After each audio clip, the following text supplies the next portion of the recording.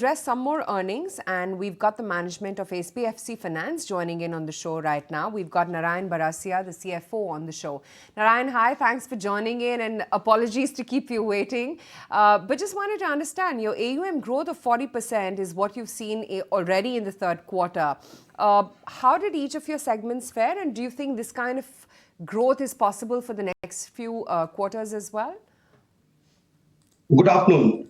The high interest rate environment in India offers one big challenge, and the whole objective is to slow down economy. So the whole idea is that the growth should slow down from here on. But the customers we are dealing is the customers who are unserved, and so possibly the pressure on the growth may be a little bit less. But we expect that between 5 and 7% on a QOQ basis is something which is doable, and we are looking for that. So that's good to hear. You're still looking at some sort of growth, even if the economy is looking at slowing it down. But I know a large part of your business is towards secured lending, but what part is unsecured lending, and what does the growth rate look like in secured versus unsecured?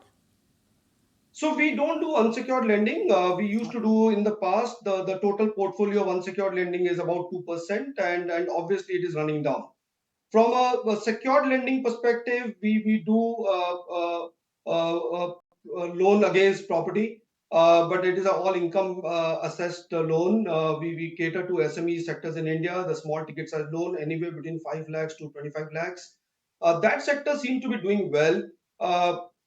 And particularly because the banks are not able to reach them. These are unbanked and underserved customers. The growths are pretty good there. We have been able to deliver 8% on a QOQ basis. The ticket size somewhere what we operate on an average basis is somewhere between 9 and 10 lakhs. And this seems to be doing well for us.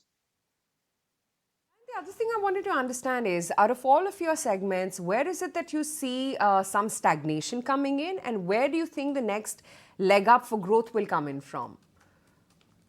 So we have invested a lot in distribution. We cater to 16 states, and we still are almost half the districts in those states. We have a lot to do in terms of further penetration in terms of geography. So growth is not stagnating for us. We are still able to deliver a good volume growth, which is about 8% on a QOQ basis. We believe that as the interest rate is hardened and it continues to be hardened for a long period of time, it should further impact the growth in times to come.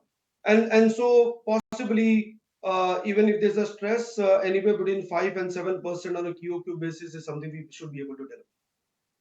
Before we let you go, I wanted a bit of a sense in terms of how the cost of credit, of course, is moving for you. And secondly, with respect to the asset quality, is there any red flag at all? Because for now, of course, your NNP and GNP ratio have improved.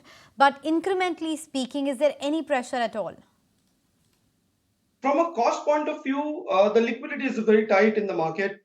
The repo has gone up by 250 basis points. Banks have already increased almost about 160, 165 basis point in MCLR, and it is further rising.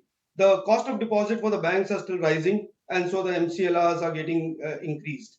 What has also happened is RBI has tightened and increased the risk weightage for NBFCs, and that is also taking a knock on the cost of borrowing.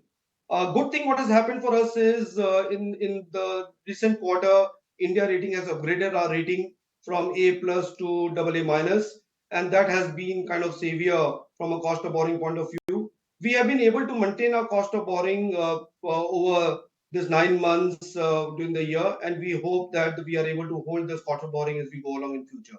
So if you see the spreads over the last 2 years, prior to RBI increasing the repo to now, we have been able to hold the spread at a constant 7.5%.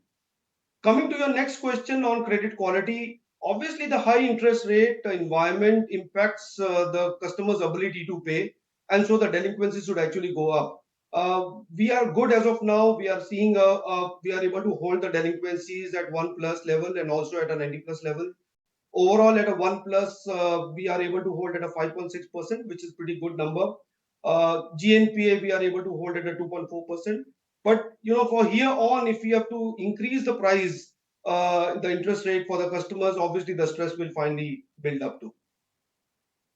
Okay, on that note, we let you go. Thanks so much for making time and speaking with us in the